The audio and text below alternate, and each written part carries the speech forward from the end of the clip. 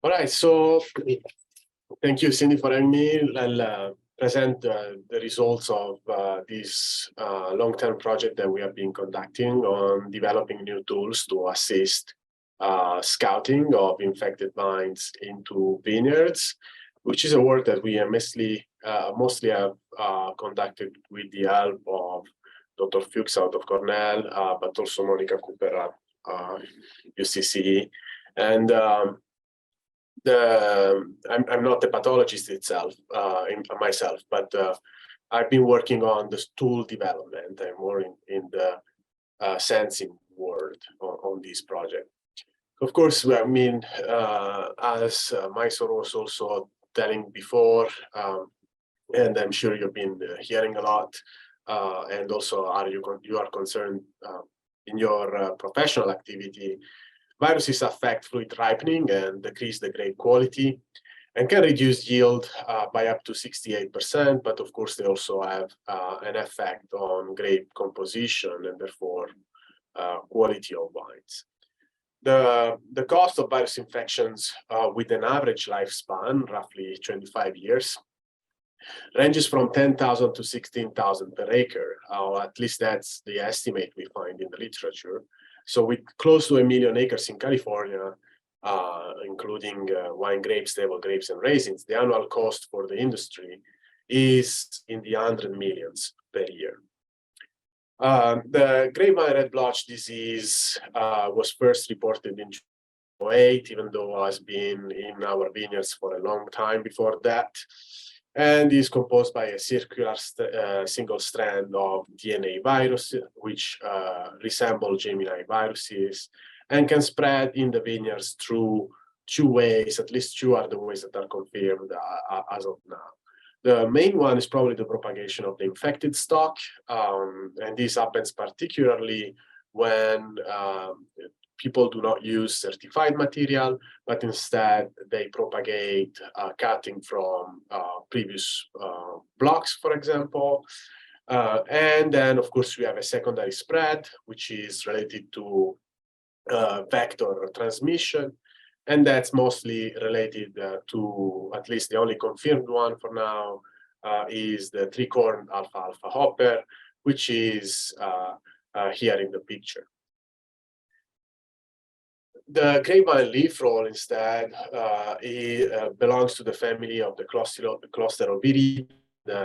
It's a group of viruses of which the leaf roll tree is the one that affects has the largest, strongest impact on production in vineyards, and even in this case, through the propagation of infected stock, the vector are mealybugs and soft scale insects.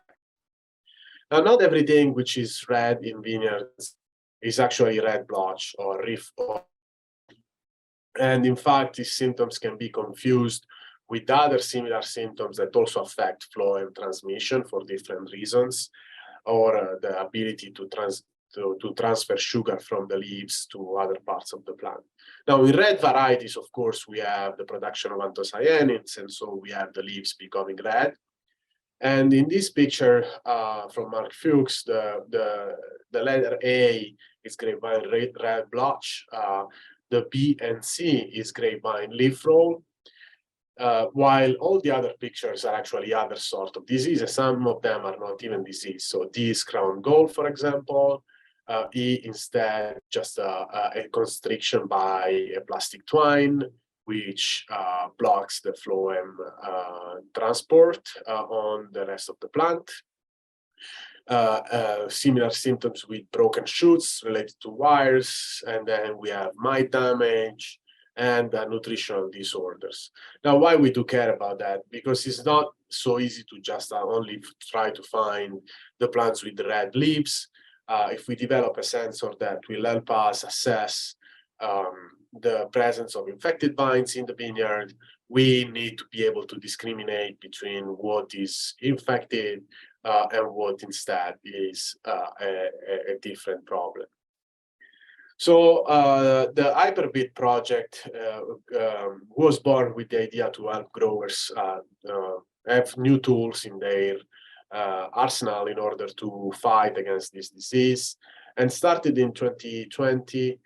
Was funded over the years by multiple agencies, including the California Department of Food and Agriculture, the USDA, the Agricultural Research Institute, the California State University, the Fresno Future of Food Innovative Initiative, and the California Pierce Disease Class Wing Sharpshooter Board.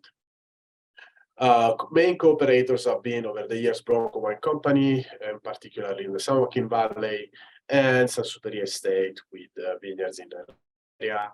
And the universities have collaborated with us on this project have been Cornell, UCNR, UC Merced, and Fresno State is the leader of this project since the beginning. Now, it's not possible to treat viruses in the field, and the only solutions are plant-certified material in case that we have the possibility to control the vector, which is, could be the case for mealybugs, for example. At least in conventional vineyards, there is also the ability to control the vector itself. In organic vineyards, we have a lot more challenges with the use of insecticides, and so the main resources there to try to limit the spread of these viruses are, again, plant the certified material and scout and find the infected plants. You can also rely testing, at least on a composite level, to try to understand percentage of infection in a block, and then identify the plants that are infected and remove them. So removing infected plants is what we call roguing, and we are all familiar with the concept of it. It was the same concept that we had when we isolated individuals during the COVID pandemic. And so if you remove the infected plants, then you remove the source of the spread into the vineyard, and ideally repeating that year after year, you are able to maintain the level of infection of a block to a manageable threshold, so below the need for replanting. The problem is that scouting takes a lot of time. The symptoms are evident in the time during harvest time, which is the most busy of all. And also biological testing is expensive, so we cannot test every single plant.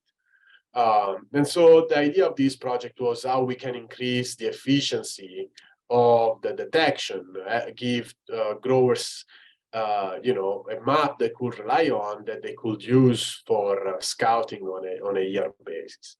And for that, we work with remote sensing technology, which in the end is just the measurement of some property of an object by a recording device, which is not in physical contact with the object. So that doesn't necessarily mean that we are flying a device or using a satellite information, but we just are relying on a sort of system that does not touch the object itself in order to measure the property of it. And the advantage of remote sensing is easily scalable, because again, you can mount these sensors on all sort of system that can move across vineyards. They could fly, but they could also be on the ground and drive around. And or you can use common operations that are routinely practiced. You could mount them on a tractor while you do your classic operation cultural practices. And so what's the fundamental of this? If you have light from the sun, which is electromagnetic radiation that impacts on the leaves, we call that incident radiation. A part of that radiation is absorbed by the leaves and is used for the photosynthesis process. A part of that is transmitted to the further layers of foliage. And the part of that, which is the ones we care about, is reflected by the leaves, which is also the way we interact by vision with the physical world around us. We interact with the portion of light which is reflected by objects. And so the reason why we cared about that portion of the electromagnetic radiation is that the diseases have been shown to affect the biochemical and biophysical plant properties And so they change the way light interacts with the plants or the leaves, and therefore the optical signature. So an healthy leaves will have a different signature of reflected light. That means light will be reflected in a different way in different regions of this electromagnetic spectrum. And the easy things to think about that, which is the most striking one, is, you know, like leaves become red. And so the color and the pigments are the ones that you know, are a portion of the light spectrum which is reflected. And so if you know, the pigments change, the light reflects in different region with different intensities, and that could be captured. But that's just the most evident symptom. And other symptoms that could also be present are not necessarily evident to us, because our vision is very limited compared to, you know, other animals for example, in particular insects, but also for what we care, sensors. So what is hyperspectral data? Hyperspectral data is a information that is a sensor that gives us the ability to capture information across the whole or a large portion of the electromagnetic spectrum. Now, if we think, for example, to how cameras work, including the ones in your phones that you use every day, those are digital data. They are composed by normally 3 different numbers, which are the amount of light which is reflected into the red, the green, and the blue regions. And we call that RGB, and these numbers that normally go from 0 to 255 and combined between them in a composite gives us the ability to produce all the pigments and the colors that can completely you know, compose an image. When we talk about multispectral data, which you may be familiar with, are the ones that are offered, for example, commercially for the NDVI or satellite information, we work with a larger series of numbers from different regions of the spectrum. And so the amount of information you see here in the plot, on the x-axis you have the wavelength, which is the location of in the electromagnetic spectrum of the different bands, or these specific numbers that correspond to the values of intensity on the y-axis for the different colors that compose the sensor that are acquired by the sensor. And in multispectral data, you have a larger amount of information because you are looking at differences in different regions of the spectrum respect to, you know, a normal RGB camera. But even in this case, it's very discrete. So these bands are very specific, are very wide, and are located in specific regions of the spectrum. When we talk about hyperspectral data, what changes is that we have very thin region of the spectrum which is acquired, and so we can rebuild the electromagnetic radiation, reflect the reflectance of an object in a more continuous way, and so the amount of information simply increase by multiple orders of magnitude. And so why we do care about that? If you look at the electromagnetic radiation, we normally interact, and this is just a portion of it, you know, it's not the full electromagnetic radiation, but it's the ones that we are able to mostly work with hyperspectral cameras. It goes from 400 to 2500 nanometer. And we, as human, mostly interacts in the visible area of the spectrum. On the y-axis, you have the reflectance, which is a number which is simply scaled between 0 and 1. And so all our source of information, our vision, which is our most developed sense, only work with interacting between 400 and 700 nanometers. So it's very limited, even though it's very important to us. What do we have in this region of the spectrum? We mostly have colors. So we have the ability to look at chlorophyll absorption, which could be impacted by the viruses or the disease. And we also look at, the red pigments, for example, and so on. After that, in the regions goes between 700 and 1000, we go into the near infrared region, which gives us information about cell structure. And then after that, we go into the shortwave infrared, which is a much more delicate area to measure, but at the same time is very sensitive to water content. And also we start having signature of the different molecular compounds into the objects. For example, there will be response to cellulose, to sugar, to starch, and we know that the infected plants, they tend to accumulate sugar in the leaves, and on that sugar they produce anthocyanins later on, and also other biochemicals that could be impacted by the viruses. So what we have done on this project over multiple years has been to try to understand the spectral signature of virus infected vines. We started by working with leaves into control conditions. So those are images acquired into a lab where we filter out all the external light and we use specific light sources that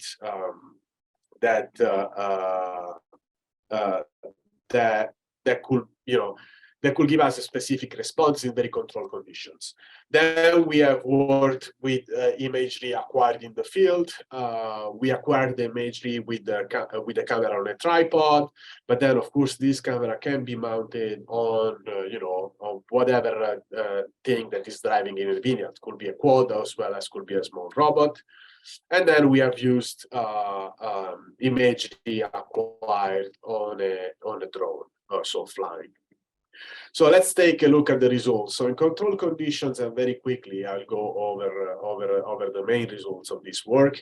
In control conditions, we worked in 2 diseased vineyards. We acquired leaves in August and September. Roughly 400 leaves were sampled. On these sample leaves, the petioles went to virus testing for PCR, and the blades went into this dark cabinet for imagery into the visible area of the spectrum. Then we simply remove the background, we convert to reflectance with the standard, and then we apply a series of machine learning and deep learning algorithms to see the ability of computers to use hyperspectral data to discriminate between infected and not infected vines. And then we evaluate the results through confusion matrices and accuracy rate, and we take a look at the results also to try to interpret the models and see which bands are the most informative. So the data set, we had roughly 500 images, 496, 184 were infected in early season, 177 were infected in the late season, and so the symptoms much more visible, and 135 were not infected. And we have red blotch, leaf roll, and both viruses combined into the samples. Now, when you look at these results, and just clarify how we read a confusion matrix. And on the y-axis, we have the true label, so the results of the PCR, and on the x-axis, we have the prediction by the computer. So on the diagonal, you have the true positive, which means the computer predicts the sample positive, and the PCR predicts the sample positive, so that's the true positive. And so the same for the true negative, the computer predicts negative, and the PCR as well predicts negative. On the anti-diagonal instead, you have the results of false negative and false positive, meaning that the computers predict negative, but the PCR actually assess that as positive, or the computer, and that will be a false negative, or the computer predicts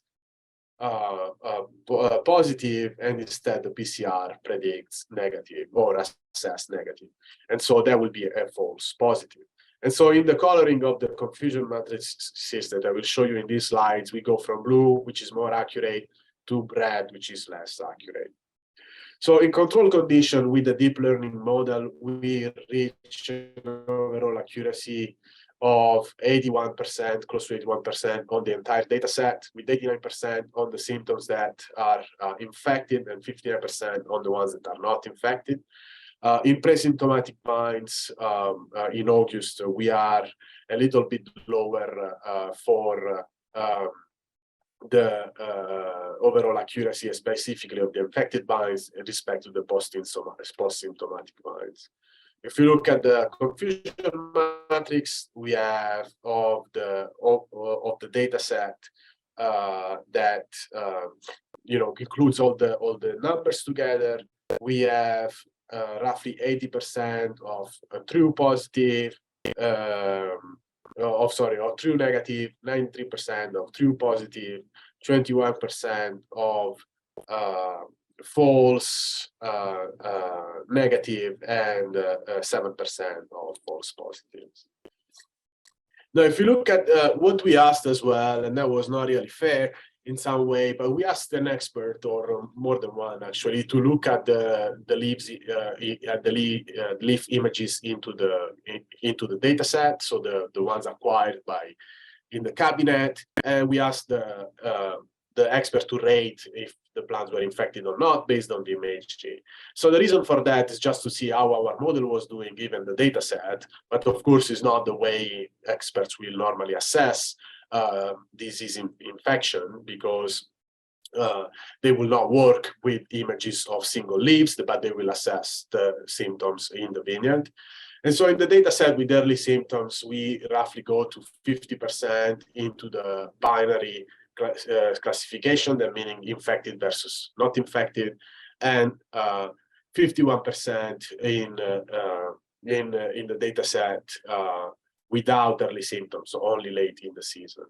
And so if you compare to the computer, of course, the computer is much more performant in this case, while the expert really is not able to use this imagery for assessing infection, given that 50% in a binary case is really just chance. If you're interested about the results of this work, which expand much more on what I've been telling you, you can find the paper online in open access, so you can just access freely and read about the details of this work and all the other results that I did not present to you. If you look at the field conditions, what we did was also we acquired data from August to October, once a month in 4 different times. And in this case, we only work with red blotch. In one vineyard, we acquired imagery through a tripod. I'll show you the picture. And then we sampled the plants for PCR analysis. And so all single plants that we include in the data set have a PCR analysis every time we take an image.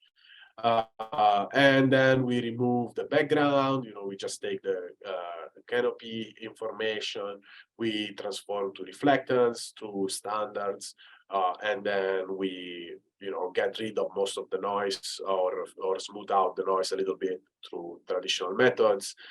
And the RGB images that you see here are also used by the expert for prediction. At the same time, we also asked an expert to walk the vineyard and assess infection during the harvest time. And then we compare the results with machine learning algorithms that instead are based on the electromagnetic spectrum. And in this case, we work with visible and near infrared, with the visible and near infrared region. So look at the data set in 2020, we acquired the data in September, the images in September and in October.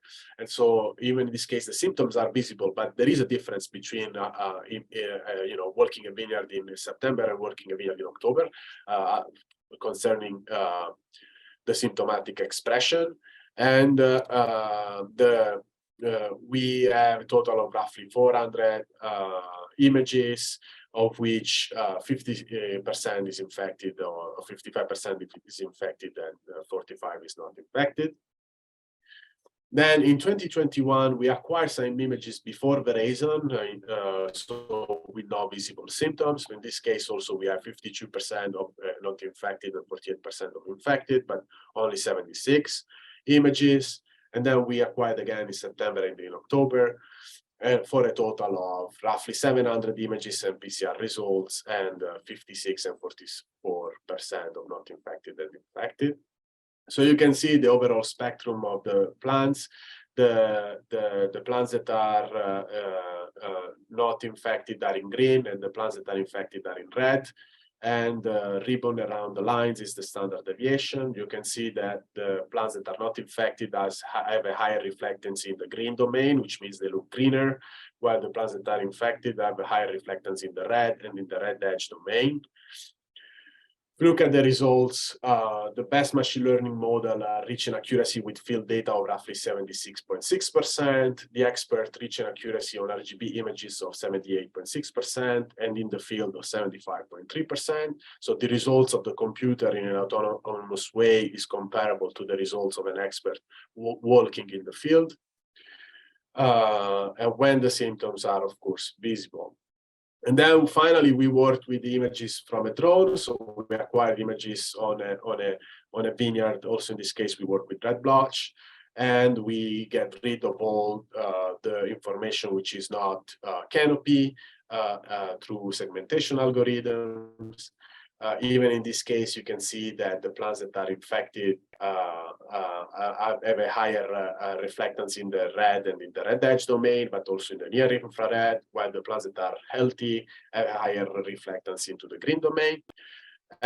And in this case, what changed is that we only acquired the measure once instead of going multiple times during the season.